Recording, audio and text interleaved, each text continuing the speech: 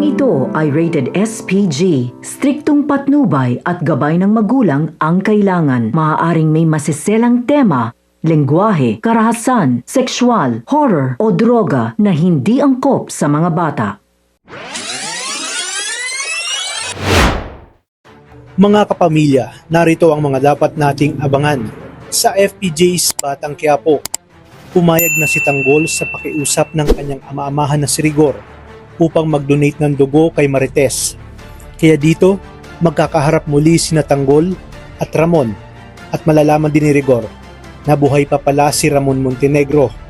Kaya naman, manunumbalik ang galit ni Rigor kay Tanggol, lalo na nang makita nito si Ramon na mortal niyang kaaway at palabas lang pala lahat nang magkaroon sila ng engkwentro dati kung saan pinalabas ni Ramon na napuruhan na siya ni Rigor.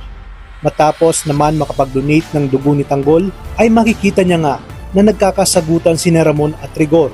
At dahil kilala ni Tanggol si Ramon na siyang dahilan kaya't namatay si Mokang, ay agad itong inilabas ang kanyang baril at itinuto kay Ramon. Kahit nangihina pa si Tanggol, ay sinabi niya kay Ramon at napatanong kung anong ginagawa nito sa lugar, na siya namang kinagulat ni Ramon nang tawagin itong Tanggol ni Rigor. Hindi na napigilan ni Rigor ang kanyang emosyon at sinabi kay Ramon na alam niyang si Ramon ang nagpadala ng mga bulaklak at pagkain kay Marites. Iginit ni Ramon na alam niya umano ang kahayupang ginawa ni Rigor kay Marites.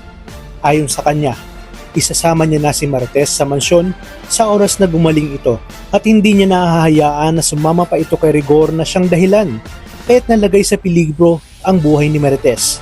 Dagdag pa ni Ramon na alam niya umano na araw-araw na lang may kalbaryong dinadala si Marites sa piling ni Rigor. Kung hindi umano sa pangbababae nito, ay hindi hahantong sa ganun ang nangyari at sinapit ng kanyang pamilya. Napaka-irresponsable umano ni Rigor.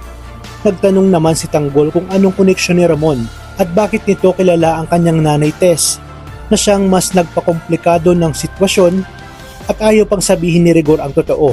Ngunit lumabas na si Tindeng na kahit nanghihina ay kaagad na niyakap ang kanyang apong si Tanggol na matagal na niyang hindi nakasama. Si Tindeng ang magsisiwalat ng buong katotohanan kay Tanggol na si Ramon umano ang tunay nitong ama. Kaya naman parehong nagulat ang mag-amang Tanggol at Ramon at napatanong si Ramon kay Tindeng kung sinong Tanggol ang kasama niya ngayon sa mansyon at nagpakilala bilang kanyang anak. Hindi naman alam ni David na nasa ospital si Ramon, kaya dahil sa pagmamadali nito ay tinawag nitong Itay si Rigor at tinawag nga siyang David ni Rigor. Sa kanyang pagharap ay isang malakas na suntok ang kanyang natamo mula kay Ramon. Sinabi ni Ramon kay David na hindi niya hahayaan na makalabas pa si David ng ospital ng buhay dahil sa panglulokong ginawa nito at pagpapanggap. To the rescue naman si Rigor at tinanong si David kung may katotohanan ba ang mga sinasabi ni Ramon.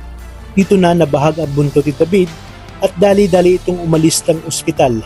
Batid niyang papatayin siya at tutuluyan siya ni Ramon dahil nalaman na nito ang buong katotohanan.